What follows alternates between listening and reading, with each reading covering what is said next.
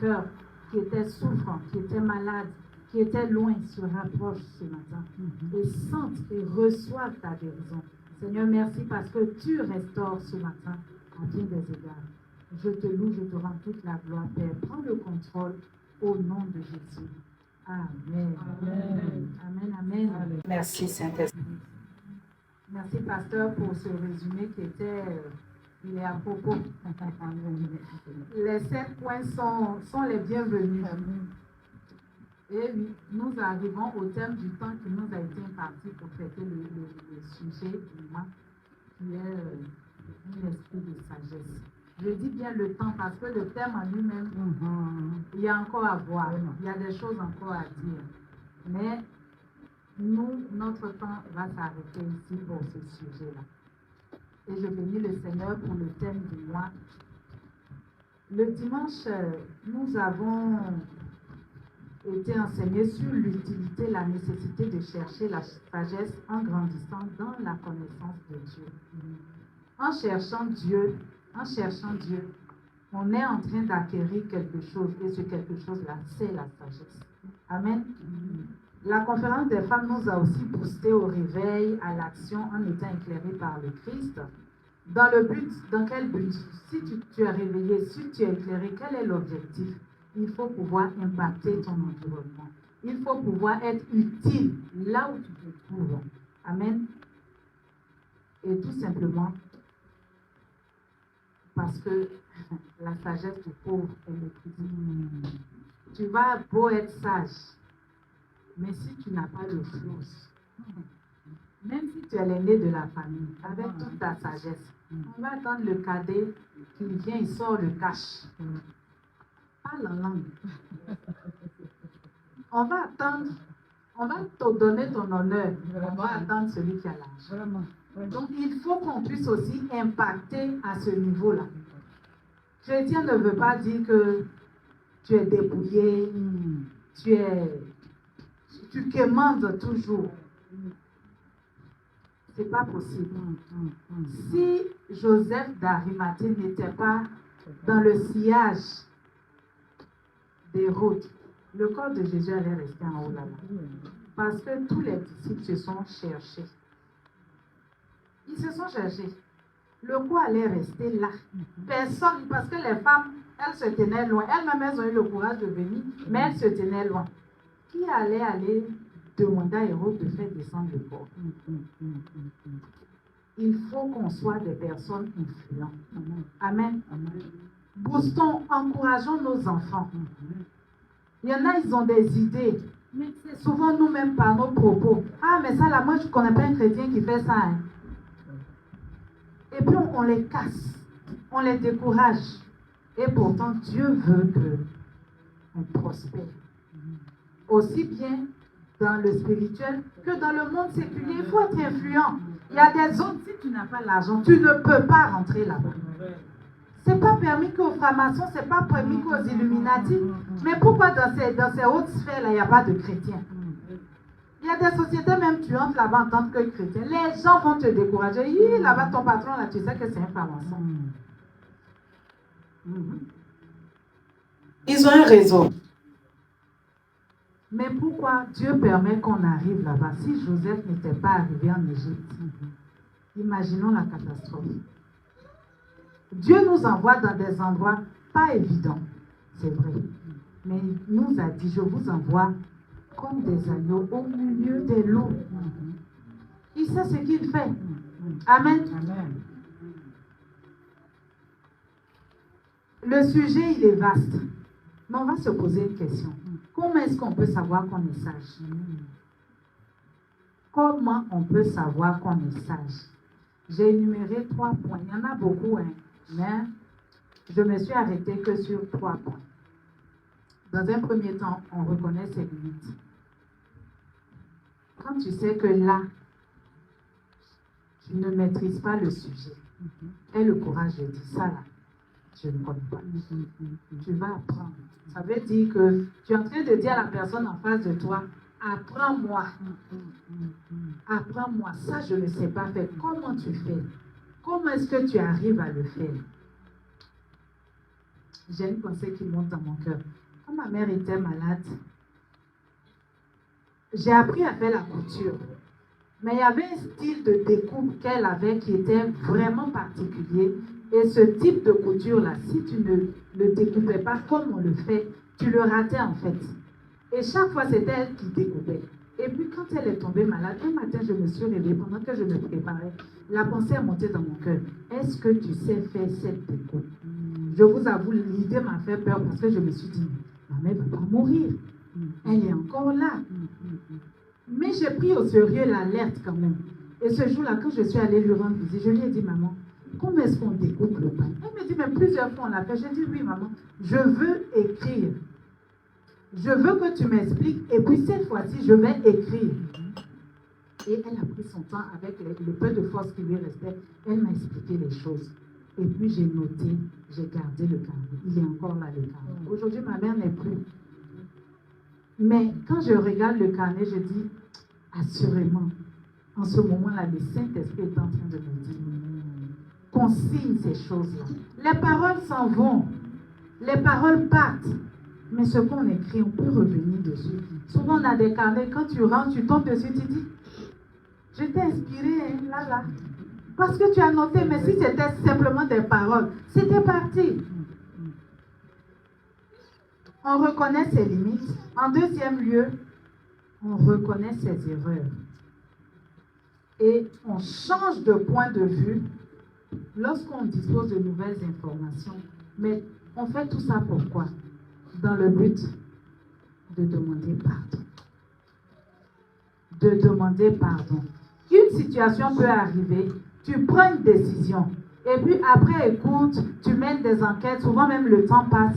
Tu as la vraie version de l'histoire, tu dis, ah, j'ai agi trop vite. J'ai condamné, j'ai accusé, j'ai aussi calomnié, parce que j'avais qu'un bout de la vérité. Mais quand tu as maintenant la nouvelle version, qu'est-ce que tu fais? Est-ce que tu restes comme ça? Combien de fois les personnes sont dans notre entourage, on a encore la possibilité de partir vers ces personnes pour dire vraiment, je te demande pardon parce que à telle époque, voilà ce que j'ai dit, mais j'ai eu la version totale et je me suis trompée. Très peu de personnes reconnaissent leurs erreurs. Dans les couples, ça arrive. Il y en a qui ne demandent jamais pardon. Ça arrive. Mais avoir de la sagesse, c'est aussi non seulement reconnaître que je me suis trompée, et puis on demande pardon. Et on avance. L'objectif, c'est ça. Avançons. Amen. Et en troisième point, on est capable de pratiquer l'humilité et l'amour. Et j'aimerais insister un peu plus sur ce troisième point. Il y en a plusieurs. Il y a plusieurs signes qui peuvent montrer qu'on est sage, qu'on est en train de devenir sage, qu'on est en train d'aller vers la sagesse. J'ai énuméré juste ces trois-là et je vais m'attarder un peu plus sur le dernier point. Être capable de pratiquer l'humilité et l'amour ou encore la charité. Qu'est-ce que l'amour? Le sous-thème aujourd'hui, c'est l'amour dans l'Église. Ce thème-là est tellement vendu 2 pour 5 francs. C'est tellement à toutes les sauces, on met l'amour. On met l'amour partout. Mais qu'est-ce que l'amour? Qu'est-ce que l'amour? On va lire un passage dans 1 Corinthiens 13.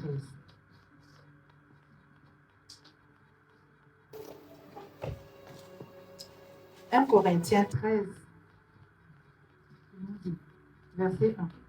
Quand je parlerai les langues des hommes et des anges, si je n'ai pas l'amour. D'autres versions diront, si je n'ai pas la charité, je suis un airain qui résonne ou une cymbale qui retentit. Et quand j'aurai le don de prophétie, la science de tous les mystères et toute la connaissance, quand j'aurai même toute la foi jusqu'à transporter des montagnes, si je n'ai pas l'amour, je ne suis rien. Et quand je distribuerai tous mes biens pour la nourriture des pauvres, quand je livrerai même mon corps pour être brûlé, si je n'ai pas l'amour, cela ne sert à rien. L'amour est patient. Il est plein de bonté. L'amour n'est pas envieux. L'amour ne se vante point. Il ne sent point d'orgueil. Il ne fait rien de malhonnête. Il ne cherche point son intérêt. Il ne s'irrite point. Il ne soupçonne point le mal. Il ne se réjouit point de l'injustice. Mais il se réjouit de la vérité. Il excuse tout. Il croit tout. Il espère tout. Il supporte tout. Amen. Hein? Alléluia. On finit de lire ça, on dit, Chia, je suis à quel niveau? Ah, voilà. Pose la question à ton voisin ou à ta voisine. Tu es à quel niveau dans ce qu'on vient de lire là? Hein? L'amour est patient. Bon, arrêtons-nous là seulement. Déjà. Les mamans, l'amour est patient. N'est-ce pas? Saint-Esprit veut nous parler du bien. Amen. Il veut nous faire du bien. Amen. Il envoya sa parole et sa parole est bien. Si ton amour est malade, aujourd'hui, la parole de Dieu qui est utile pour tout, elle va faire quelque chose. Amen. Si tu ne sais pas aimer, le Saint-Esprit, c'est un bon esprit. Amen. Il est saint. Il va t'apprendre à aimer. Amen.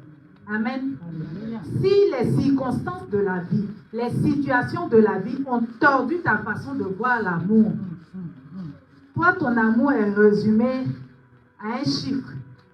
Quand on te donne ce chiffre-là, la personne même, si ce n'est pas ça, ce n'est pas l'amour. Si c'est comme ça, tu vois l'amour, que le Saint-Esprit t'aide ce matin. Amen. Amen.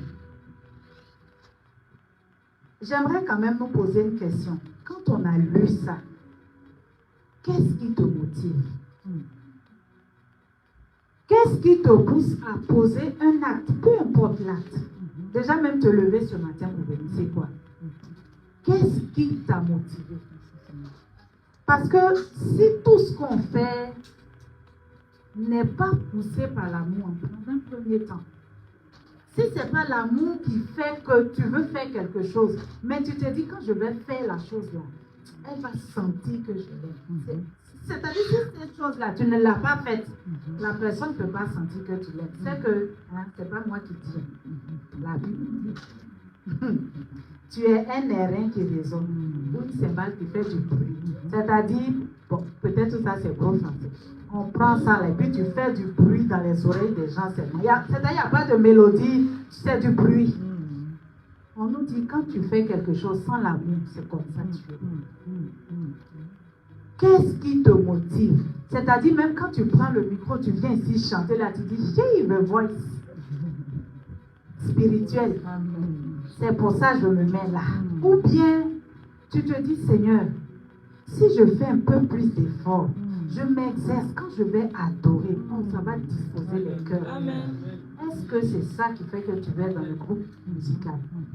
Ou bien, bon, tu as raté ta vocation dans le voice. Et puis, tu as échoué là-bas, tu t'es retrouvé ici, tu dis, yes, nouvelle opportunité. Donc, tu es en concurrence avec on ne sait pas qui. La Bible dit, c'est pas moi. Tu es un airain qui résonne, tu fais du bruit. Qu'est-ce qui te motive? Demande à ta voisine, demande à ton voisin, qu'est-ce qui me motive? Ou bien tu as lu les livres où on te donne les attitudes pour impacter sa génération, comment écraser les autres. En tout cas, il y a tellement de livres maintenant là pour casser les autres. On n'est pas obligé d'écraser les autres parce qu'on veut avancer. Amen. C'est pas une vérité de Dieu. Non.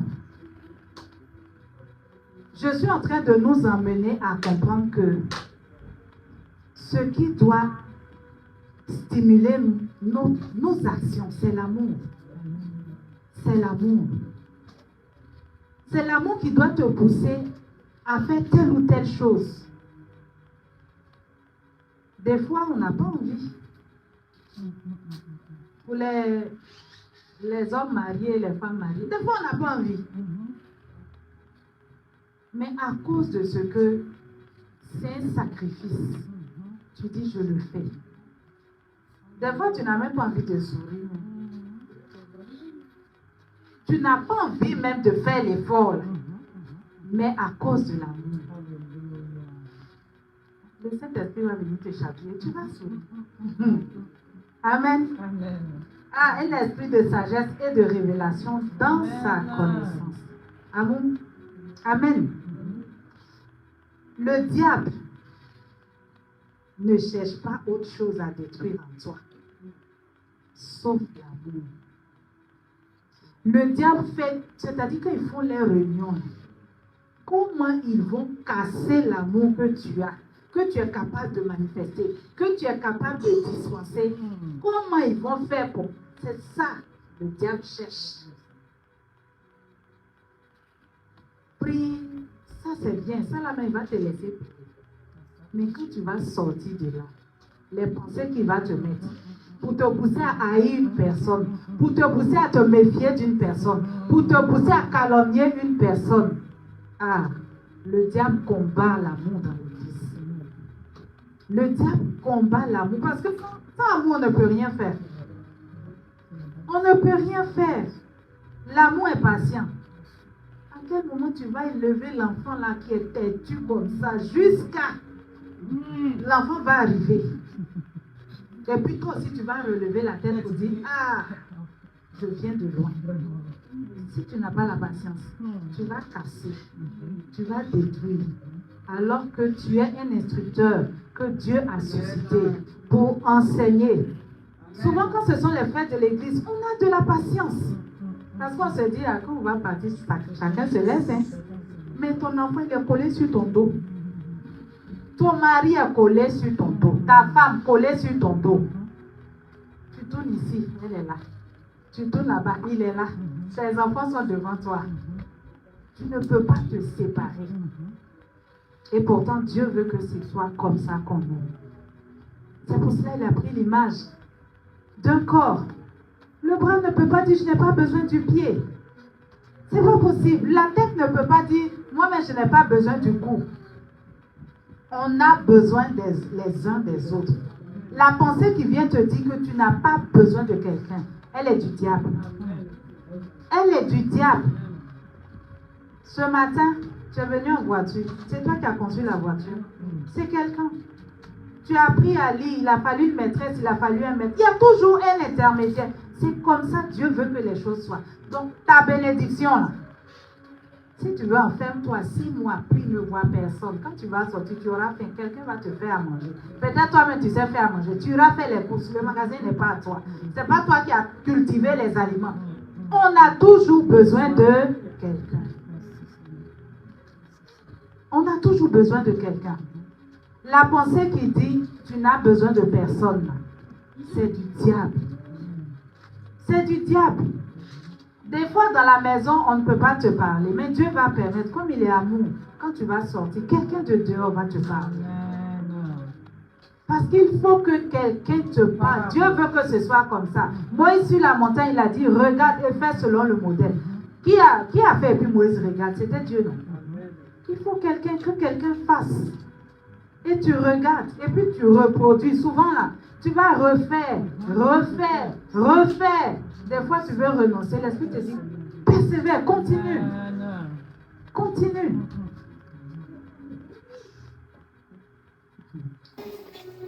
La parole de Dieu dit que à cause de l'iniquité, à cause de la méchanceté, l'amour du plus grand nombre se refroidira. Il ne parle pas aux païens, il parle aux chrétiens. Il parle aux chrétiens. Il y a des personnes, elles sont là physiquement. Mais elles ont pris des résolutions dans leur cœur. Moi, ça, je ne fais plus. Elles ne vont pas te dire. Mais ça vient d'un fait. Ça vient d'une action. Et puis, elles ont pris leurs décisions. Mais elles sont là quand même. Ah, si je ne viens pas, le pasteur, elle va m'appeler. Moi, José, même celle-là aussi. Elle va m'appeler. Bon, comme je ne veux pas mentir, je vais faire genre, je viens quand même. Mais son cœur est dehors. Comme l'enfant qui a été puni. Sa mère lui dit, mets-toi à genoux. Dit à sa maman, je me mets à genoux, mais mon cœur est debout. Pour dire que physiquement, il t'obéit, mais là-bas, son cœur est debout. C'est pas ce que Dieu veut. Nous sommes dans une saison où Dieu veut faire. Dieu veut faire. Le dimanche dernier, on a été interpellés. Désarmons nos cœurs. Dieu vient, le récipient, l'endroit où on le reçoit en premier, c'est dans nos cœurs. Et quand il remplit, il déborde. Et puis ça s'embrase. Et puis on vit quelque chose. Et puis quand on sort d'ici, là, on contamine aussi les autres. Mais si ton cœur est rempli de quelque chose, tu reçois quoi? Qu'est-ce qu'on reçoit?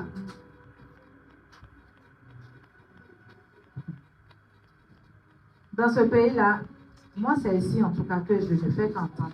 Je suis fâchée avec mes parents. Je ne parle plus avec mes parents. Je me suis séparée de mes parents. C'est dans cette nation-là que j'ai entendu ça. Si tu ne parles plus à tes parents, tu prospères comment?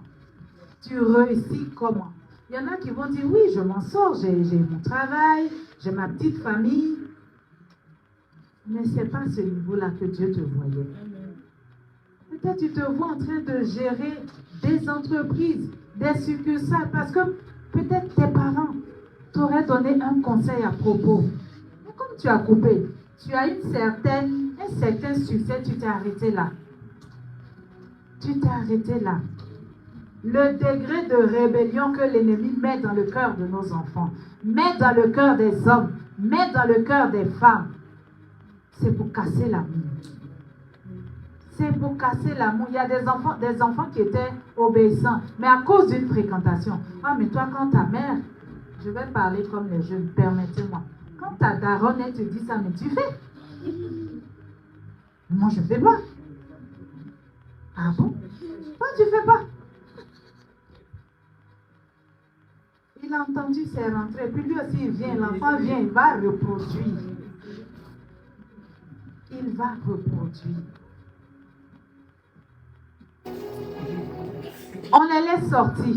On ne sait pas qui ils côtoient. On ne sait même pas qui ils écoutent. On ne sait pas qu'est-ce qui leur fait plaisir. Mais ils sont influencés par ces choses-là.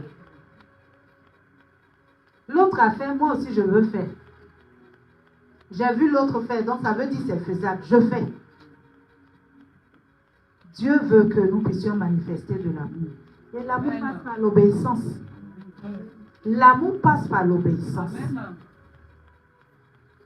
Amen. Amen.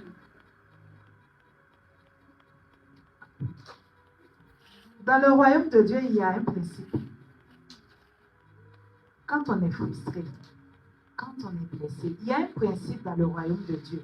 Je précise bien, dans le royaume de Dieu, c'est celui qui a raison qui va vers celui qui a tort pour rétablir la paix. Pour rétablir la paix.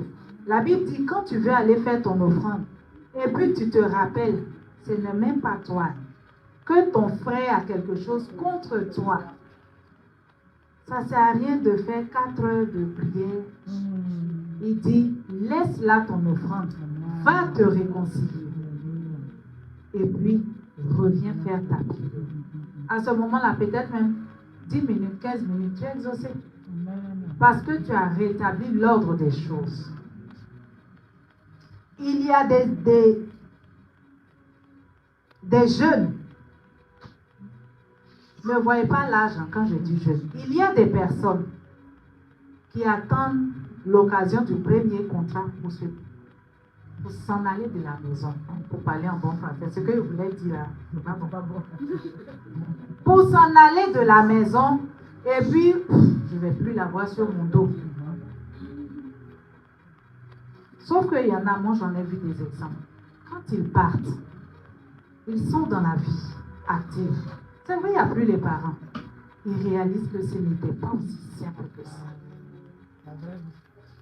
Mais tellement les parents ont l'aisance pour faire ça, on a l'impression qu'un claquement de doigts comme ça va. Il y en a qui reviennent. Mais comment tu fais pour gérer? Souvent, ils ne sont même pas mariés, elles ne sont même pas mariées. Il n'y a pas de charge, hein? Mais ils ne s'en sortent pas avec leur salaire. Si tu craches dans la source, tu craches sur la source, Dieu ne va pas te bénir. Le parent n'a même pas besoin de te maudire. Tu te maudis tout seul et sagement. Tu te maudis tout seul. Il y en a, les événements de la vie les ont poussés à revenir demander pardon. Il y en a même des années après, ils reviennent demander pardon. Quand tu rebâtis l'autel, le feu descend. Le feu descend.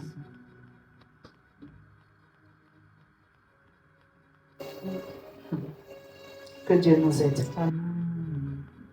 Dieu va toujours utiliser des hommes pour nous interpeller, pour nous parler, pour nous redresser. Et bien des fois, quand on est frustré, on se dit, on se trouve des raisons. Je vais prendre l'exemple de Joseph. Joseph a été vendu par ses frères.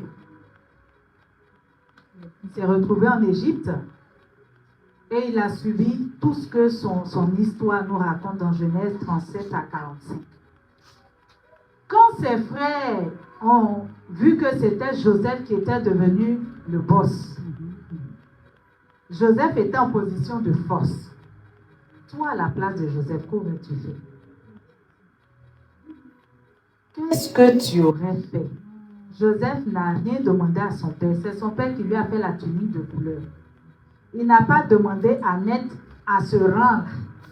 Il n'a rien demandé et pourtant, il a subi. Et puis, revirement de situation, c'est lui qui est en position de force maintenant. Il avait deux options, même trois. Je me venge, ce que beaucoup auraient fait. Je les ignore, puisqu'ils ne me reconnaissent pas. Incognito aussi, je les sais, et puis basta. Ou je pardonne. Ou je pardonne. Et c'est cette option-là que Joseph a prise. J'ouvre une parenthèse. Supposons que Joseph décide de ne pas pardonner. Qu'est-ce qui allait se passer?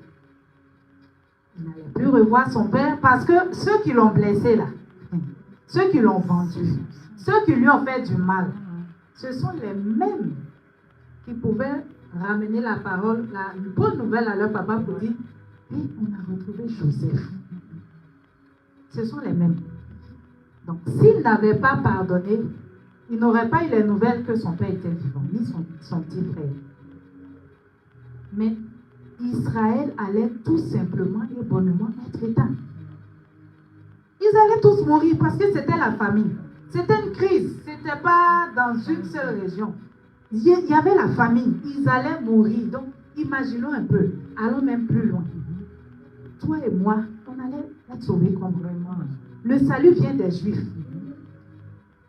On allait être sauvés comment? À cause d'une action qu'un individu aurait prise. Je ne pardonne pas. Des fois, quand les situations arrivent, on se trouve des raisons. Mais moi, je n'ai rien fait. Mais c'est moi qui ai été blessé. C'est moi qui ai été frustré. Donc, je campe sur ma position. Que fais-tu de l'amour? Que fais-tu de l'amour? Que fais-tu de l'amour? Joseph a décidé de pardonner.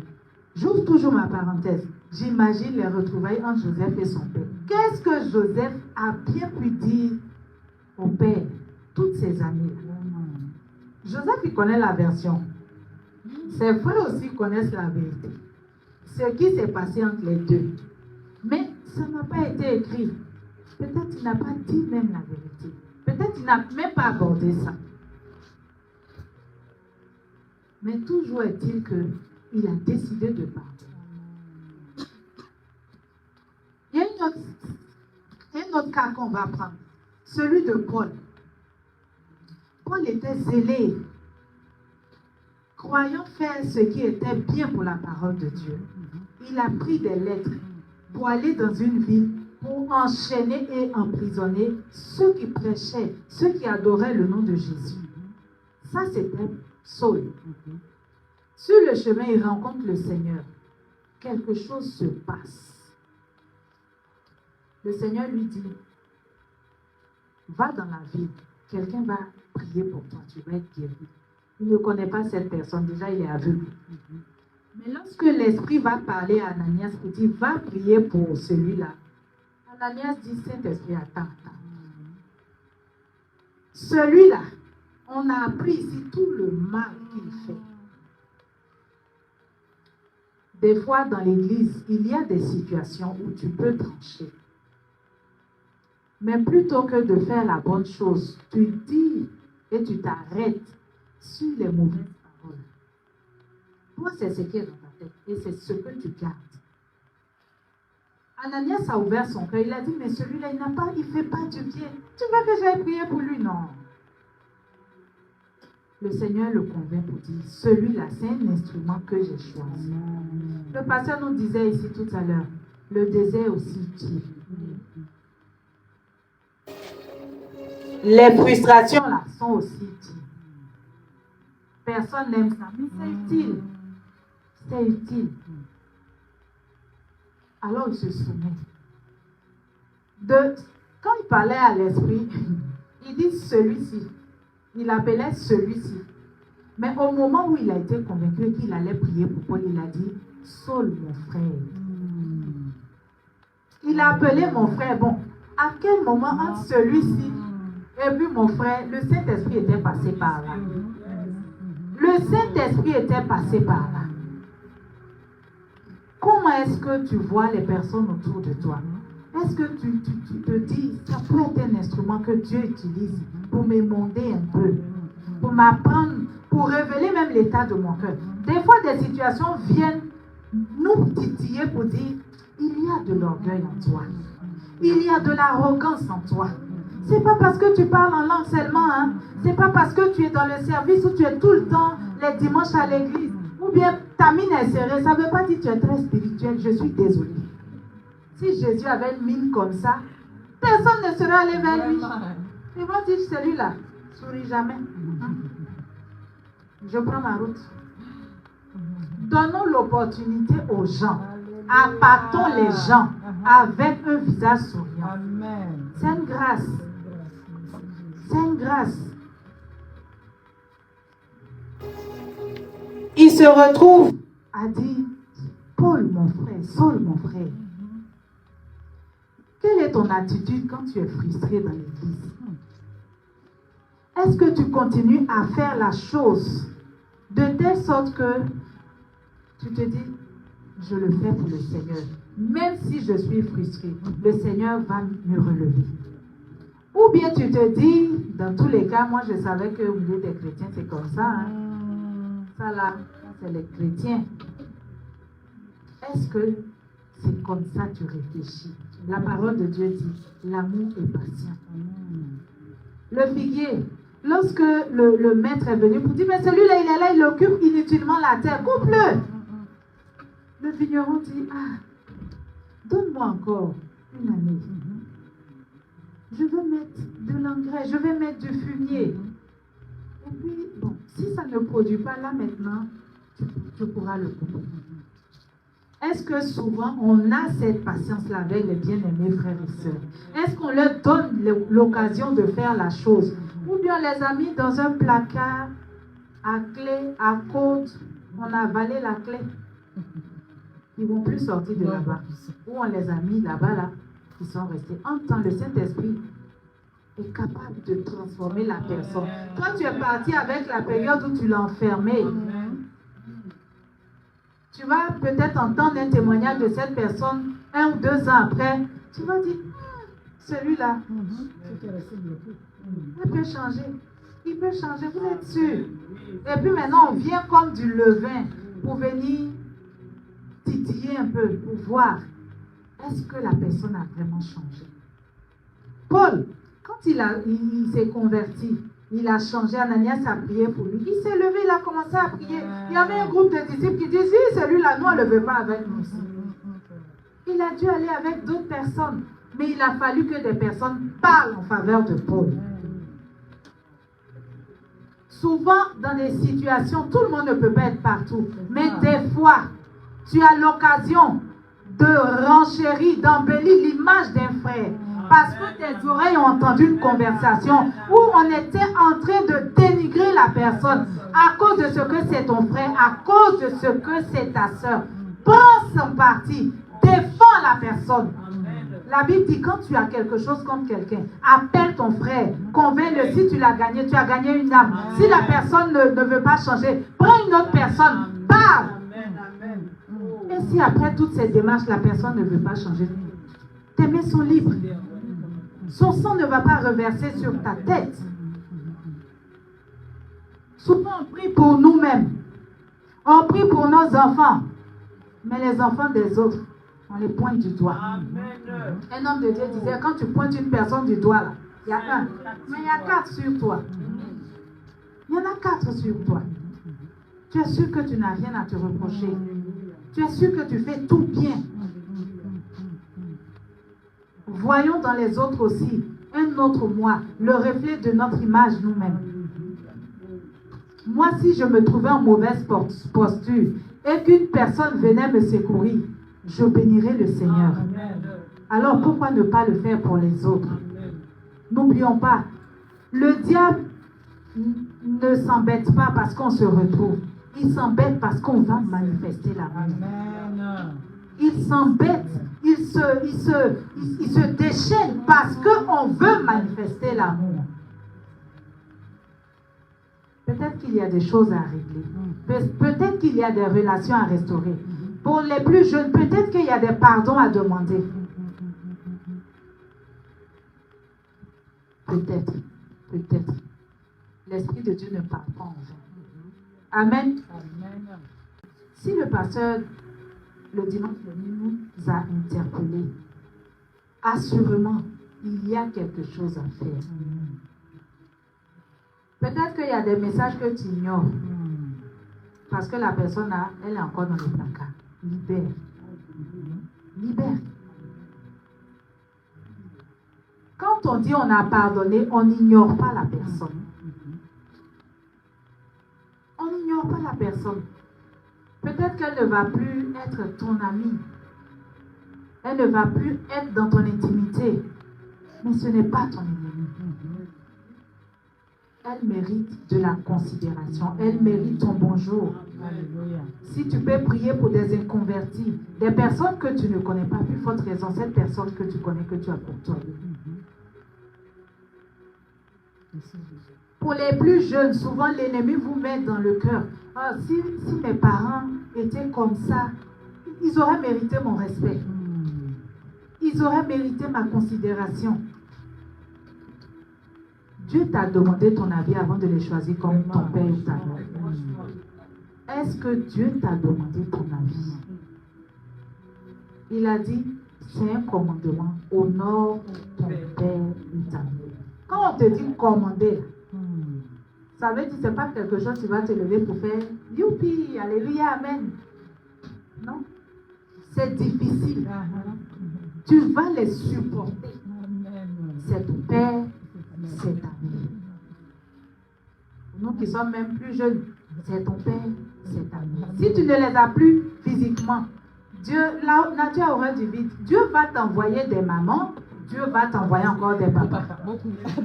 Jusqu'à... Des fois, on est conciliant parce qu'on se dit, on va partir après. Mais ta mère, tu ne veux plus lui parler. Ton père, tu ne veux plus lui parler. Ah, si on savait. La bénédiction découle de nos parents. La bénédiction découle de nos parents. Il dit à son fils, prépare-moi un repas, je vais manger, mon âme va se réjouir, je vais te bénir. Ah, papa, bénis-moi en même temps. C'est qu'elle a fait de rentrer dans la cuisine comme ça. Quand un parent est réjoui, les bénédictions fusent. Les bénédictions fusent. Je vais aller vers la conclusion de mon exhortation. Si tout ce que tu fais n'est pas motivé par l'amour, tu auras manqué l'essentiel parce que celui qui n'aime pas n'a pas connu Dieu. Si tu es assis ici, je le crois, tu connais Dieu. Tu es en train de chercher à connaître Dieu. Tu es en train de chercher à plaire à Dieu. Mais la Bible dit, si tu n'aimes pas, ça veut dire que tu n'as pas connu Dieu. Et comment tu vas aimer? On a l'amour. L'amour est patient. L'amour est plein de bonté. L'amour n'est pas envieux. L'amour ne se vend point, ne s'enfle point d'orgueil. Il ne fait rien de malhonnête. Il ne cherche point son intérêt. L'amour qu'on doit manifester dans l'église, ce n'est pas pour nous-mêmes. Quand le Seigneur avait faim, il avait en lui la capacité de transformer les pierres en pain. Pourquoi il ne l'a pas fait? Parce que c'était tourné vers lui. Et pourtant, quand il s'est trouvé devant cette foule de personnes, par compassion, il a multiplié le pain. Il a multiplié. Ils ont mangé, ils ont été rassasiés. Que fais-tu des dons et des talents? Tu les gardes pour toi. Tu les gardes pour toi. Il y en a qui savent faire ceci ou cela. Mais il faut d'abord les payer. Hein. Pour ceux qui ont eu le courage de dire, je sais faire ça, il faut d'abord les payer. Ou bien il y en a tout bonnement qui ne te disent rien. Pendant que tu es en train de chercher, mais qui va faire telle chose? C'est vrai, on doit soutenir l'entreprise des frères et des sœurs. Mais dans un premier temps, les talents, les dons qu'on a, c'est pour les autres. J'ai eu le témoignage d'une personne qui a ouvert un restaurant. Et elle a pris un jour dans la semaine où elle fait à manger que pour les sans-abri. Ce jour-là, il est fermé aux clients. Les clients qui vont venir donner de l'argent, il est fermé. Mais elle a choisi un jour où elle fait à manger pour les sans-abri. D'aucuns vont dire qu'elle gaspille son bénéfice. Mais elle sait, si tu n'as pas sémé, tu ne vas pas récolter.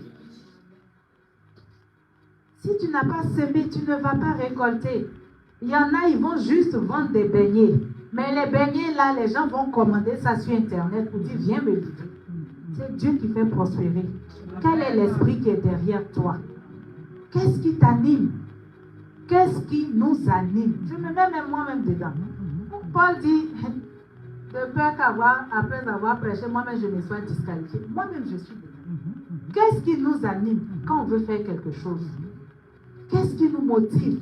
Est-ce qu'on veut bien faire la chose parce que je suis en train de faire l'œuvre de mon Père? Ou bien ça va être dans l'église. On a des capacités, on a des aptitudes. Il y en a qui travaillent des gens. Ils ont de l'aisance pour enseigner, pour donner des cours. Et puis il y a des jeunes qui sont là, qui ont des difficultés. Mais ce n'est pas normal, il y a quelque chose qui ne va pas. Ils ont des difficultés. Et puis on va attendre, quand les examens vont passer, oh, il n'a pas eu son examen.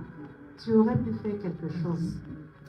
Tu as du temps, tu vas dormir. Ah non, je vais jeûner, je vais prier. Moi aujourd'hui là, quand Jésus même était en train de prier, qui avait la foule, il stoppait, il faisait le miracle. Et puis après il retournait. Tu vas prier. Le feu va être sur ta tête, dans ton corps. Et puis tu n'as pas fait la bonne chose. Tu as manqué. Tu as manqué quelque chose. Quand on dit libérez vos cœurs là, on va citer les péchés là. Je ne suis pas adultère, je ne mens pas, je ne vole pas. Je suis toujours présente. La réunion de Zoom, je me connais la première. Mais le péché, c'est quoi? C'est ne pas faire ce que Dieu attend de toi. Peut-être que Dieu s'attendait à ce que tu donnes même 1 heure de cours. Peut-être d'anglais, je ne sais pas, quelque chose de maths à un enfant. Tu as dit, je suis fatiguée aujourd'hui, 1 heure là, je vais dormir. Et pourtant, nos enfants ont besoin de soutien. Nos enfants ont besoin de soutien. Il y en a qui ont du temps. Il y en a qui ont du temps. Donnons. C'est-à-dire, plus on donne. Quand on fait le geste de donner, qu'on a quelque chose dans la main, quand on donne, la main est vide, on peut recevoir à nouveau. Souvent, on ne reçoit pas parce qu'on est déjà rempli. Dieu dit, mais je vais mettre même où? La grâce que tu demandes, je vais accrocher ça où?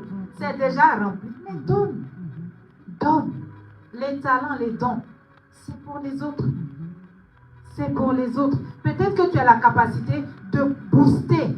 Un enfant qui est en train de baisser les bras parce que mes notes ne sont pas bien. Peut-être que j'ai du mal avec cette matière-là. Et puis tout m'agace. Et puis je n'ai plus envie d'aller à l'école. Peut-être que tu as la capacité de booster cette personne.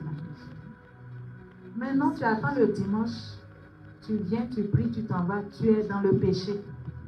Parce que ce que Dieu attend de toi, tu n'es pas en train de faire la bonne chose. Tu n'es pas en train de faire ça. Que Dieu nous aide. Que Dieu nous aide. Amen. Que Dieu nous aide. Alléluia. Amen. Merci. Oh, je vais lever la voix. Est-ce qu'on peut se tenir debout? Merci Seigneur Jésus. Merci Jésus. Merci Saint-Esprit. Alléluia. Comment le Saint-Esprit. Colossiens 3, le verset 13 à 14. Supportez-vous les uns les autres, et si l'un a sujet de se plaindre de l'autre, pardonnez-vous réciproquement. De même que Christ vous a pardonné, pardonnez-vous aussi. Par-dessus toutes ces choses, revêtez-vous de l'amour, qui est le lien de la perfection. Amen. Alléluia. L'amour rend meilleur. Quand quelqu'un se sent aimé, il est encouragé à faire des efforts, à améliorer les défauts qu'on a vus. Quand quelqu'un se sent soutenu, il est apte à faire la bonne chose. Parce que c'est comme un enfant qui apprend à marcher, qui est tombé. Et puis la maman l'encourage. Lève-toi. Oui, mon enfant, tu peux marcher. Mais l'enfant même court. Il ne veut même plus marcher, il court. Peut-être que dans ces temps, tu as besoin d'encouragement. Peut-être que tu as besoin d'encouragement. J'aimerais qu'on élève ensemble la voix. Oh, merci Seigneur Jésus. Père, je veux te bénir parce que tu veux que davantage, on n'aime pas seulement en parole, mais qu'on aime aussi en action. Seigneur, merci pour les actions que tu veux qu'on pose pour pousser par l'amour, Seigneur mon Dieu. Seigneur, merci pour ce que dans la nouvelle saison dans laquelle tu veux nous emmener, Seigneur, tu ne veux pas qu'il y ait des frustrations dans le cœur. Tu ne veux pas qu'il y ait des ressentis. Tu ne veux pas qu'il y ait de non-dits. Seigneur Jésus, ce matin, nous voulons aimer. Apprends-nous à aimer. Apprends-nous à aimer comme toi tu as aimé. Seigneur, tu as dit, celui qui aime, il donne. Seigneur, apprends-nous à donner. Et non pas nous limiter seulement à recevoir. Seigneur, apprends-nous à aimer. Apprends-nous à aimer. Seigneur, apprends-nous à aimer non seulement nos frères et sœurs, mais apprends-nous aussi à voir cette dimension de l'esprit qui réalise que nous sommes une famille. Seigneur, tu veux qu'on aille encore plus loin. Je bénis ton nom. Je te loue. Je te rends toute la gloire. Seigneur, merci pour ta fidélité. Merci pour ta fidélité. Merci parce que tu n'as pas changé. Tu n'as pas changé. Tu n'as pas changé. Tu es celui-là qui connaît la marche. Tu es celui-là qui connaît les pensées de chacun de nous. Seigneur, là où il y a des nœuds, oh Saint-Esprit, je prie que tu touches. Je prie que tu touches. Merci, Père éternel. À toi la louange. À toi la gloire. À toi l'élévation. Merci, Seigneur Jésus. Merci, Seigneur Jésus. Merci Seigneur Jésus, parce que tu es bon, tu es fidèle, Père éternel. Sois loué ce matin. Merci pour l'opportunité encore que tu nous donnes d'apprendre à aimer, de manifester l'amour. Merci Seigneur Jésus. Oh, béni sois-tu Père. À toi la louange et la gloire, au nom de Jésus. Amen. Est-ce qu'on peut acclamer notre Dieu?